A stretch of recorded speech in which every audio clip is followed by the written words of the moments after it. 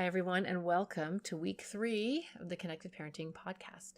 So last week, we talked about the calm technique, and I'll weave that into every single episode because it really is the foundation technique that takes a while to get really good at. But this week, I wanted to talk about what I call limbic bonding or baby play. Hi, everyone. I'm Jennifer Colari. I'm a child and family therapist and a parenting coach and the founder of Connected Parenting. And welcome to the Connected Parenting Weekly Podcast. Join me every week, and we'll tackle everything from temper tantrums to bedtime to sibling issues to teenage angst. Parenting can be so wonderful, but it can be so hard. Parents often say to me, "Hey, can you just come live at my house?" This is the next best thing. Let's do this together. I know this sounds like a bit of a strange thing, especially if you're a parent listening and you have teenagers, but it's actually an incredibly powerful way to increase oxytocin, to get those beautiful reward chemicals that we talked about, that calm the brain down, that settle people down, that soothe and create safety in a conversation. So one of the best ways to do that is literally baby play with your child, rubbing noses, tickling them, gazing into their eyes, showing them pictures of when they were a baby, telling them stories, pull out the baby books, find a little outfit that they wore. It's a really incredible way, and children love this. And I would say that especially children who are really anxious, if they're super anxious about stuff, really think of this as their medicine. So what happens when you are connecting in this deep, beautiful way with your children is those beautiful reward chemicals that I talked about in episode 2 really flood the brain. Opiates, natural opiates, endorphins, oxytocin, serotonin, all these beautiful chemicals that soothe and calm and lead to happiness and feel good and help you just feel warm and wonderful inside. That's oxytocin. And that surges when you're having these connected moments, whether it's in conversation or in these lovely, playful moments with your child. So I want you to think of oxytocin as medicine. Love is a drug, and it's phenomenal, and it's got incredible benefits in the body. So first of all, it's free. You don't need a prescription. You don't run out of it, and there's no negative side effects. So right there, it's fabulous. But what else does it do? Well, it blocks cortisol. Cortisol is the hormone that makes you stressed out, angry, upset, panicked. That chemical is what causes us, and adrenaline cause us to freak out. And that is blocked by oxytocin. It speeds up neuroplasticity. So it helps the brain make faster connections, better connections, stronger connections, makes you smarter and learn faster and remember better. So a healthy, loved, balanced brain is ready to learn. It's out of survival mode and ready to explore the environment, and helps the brain remember things, learn things, and make connections. Oxytocin also helps strengthen the immune system. It makes you stronger, more resistant and resilient to disease and infection. And the best part of all is when you use techniques where oxytocin releases, it's going to bounce back. And your brain is going to get all those amazing benefits. So there's so many reasons why, and we're so careful as parents to buy organic food and have our kids have a healthy diet, and we've got tutors for them, we've got them in programs, and we're doing all these wonderful things and worrying about our mattresses off-gassing, who knows what, we're doing everything. But the most important thing, besides food and water, is connection. It's love. It's nurturing and compassion. It's absolutely essential brain food. It is emotional nutrition. It's an incredible gift to your child, and it's a gift that will help that you'll just see those shoulders back, the chin will be up. They're just going to be stronger and more centered in themselves. You'll see social skills improving. You'll see them not freaking out about things as much as they normally do. You sort of wait for them to have a fit and they're like, oh, okay. And you're like, what? Whose child is that? You start to see that over and over.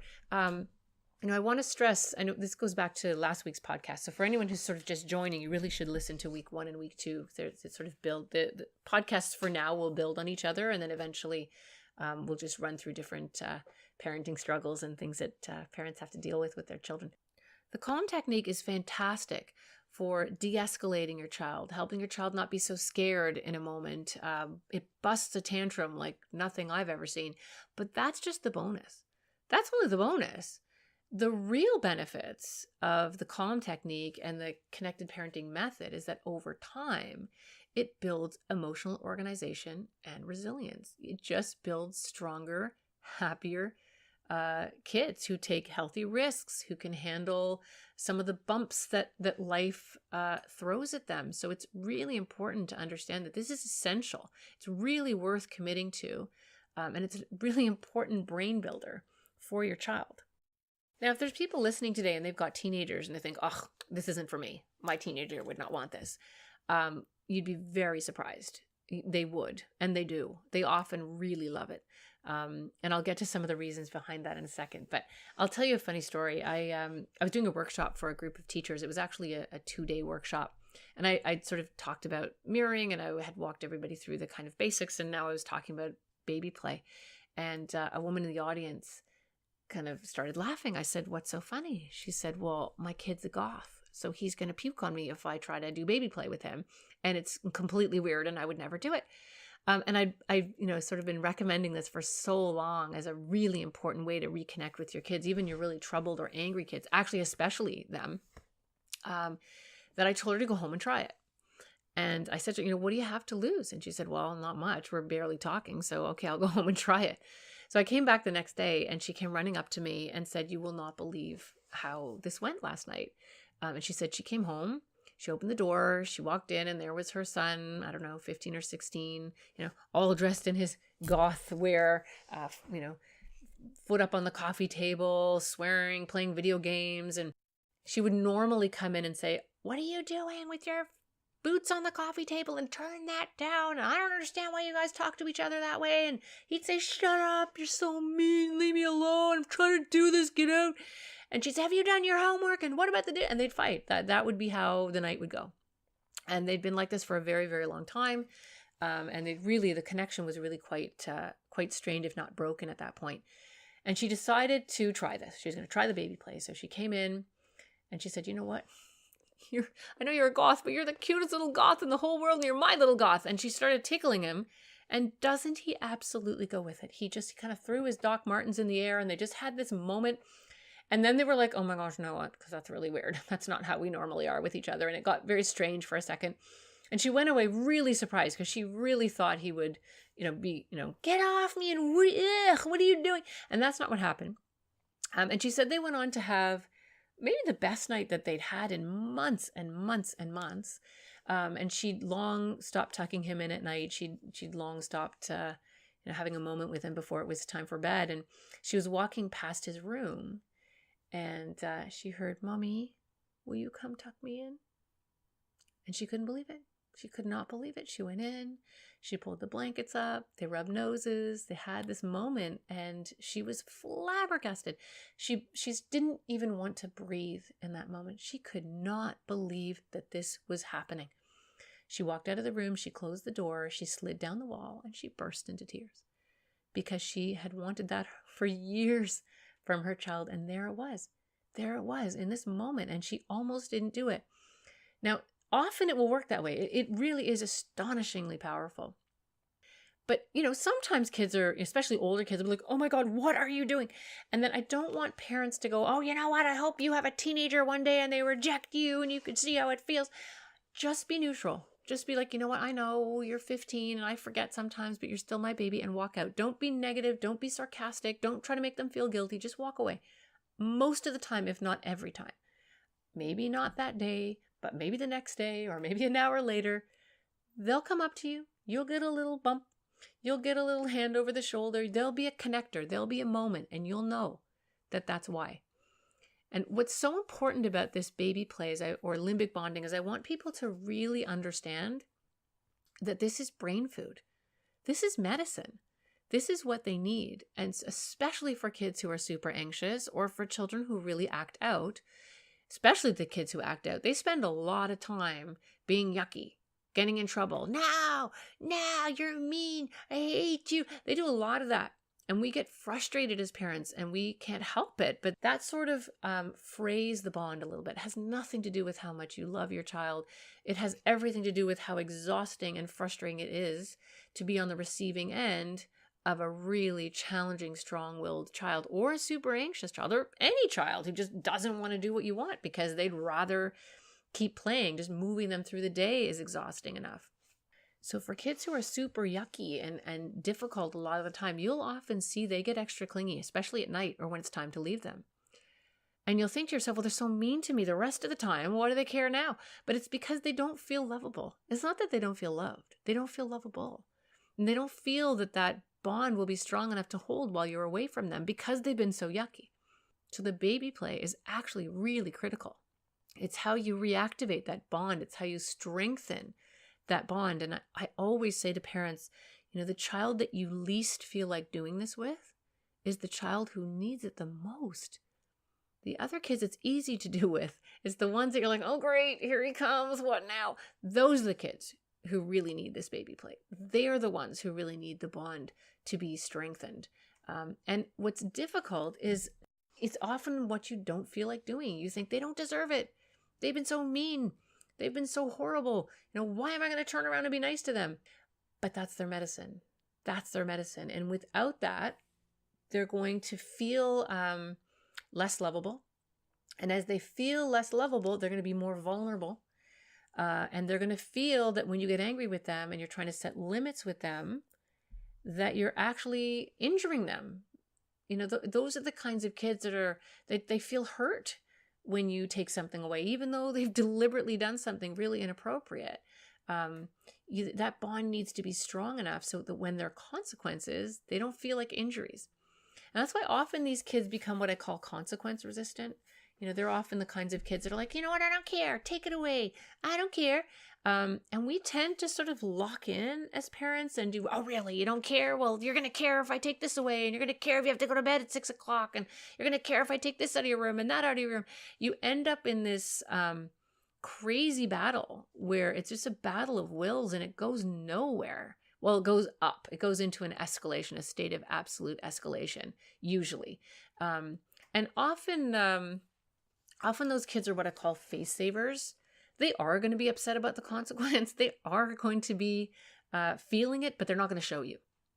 So what you say to your child in that situation is, I get it. I didn't like consequences either when I was a kid, but I told you if this happened, this was going to be the consequence. And you kind of chose it because you did that thing that I told you not to do. So, but I get it. I get why you hate it. But this consequence isn't here to hurt you. It's not here to cause you pain. It's here to help you understand that when you choose this behavior, you're going to be choosing this consequence. I don't need to see you being upset about it. That's not the point. It's not to upset you. It's to help you figure it out. And that's really, really important, because if you want them to show you how upset they are, which is what a lot of parents expect in that moment, there are many kids who won't give it to you. And those moments are the moments later where you lie in bed and go, oh my gosh, I overdid it. That was a bit, I didn't mean to be like that.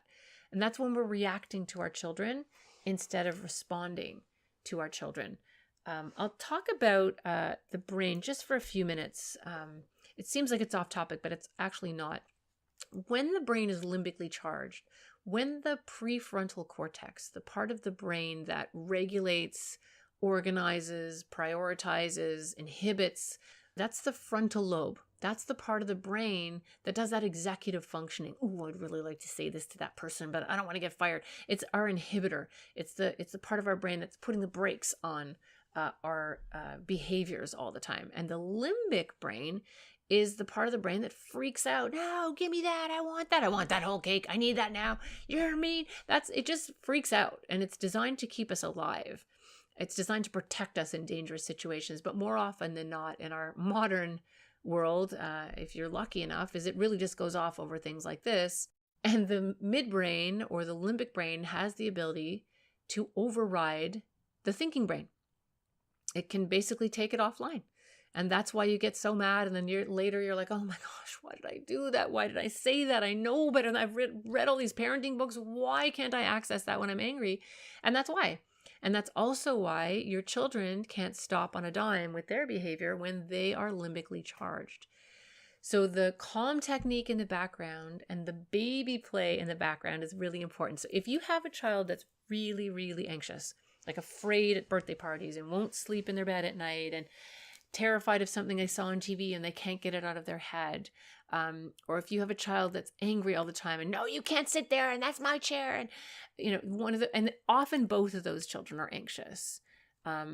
Again, we'll talk about this in future episodes, but there are two ways that children show anxiety, either inward, I'm scared, mommy don't leave me, daddy stay here, or outward into, no, you have to do it my way, and that's my seat, and I go down the stairs first. It's trying to control everything so they can kind of control their anxiety.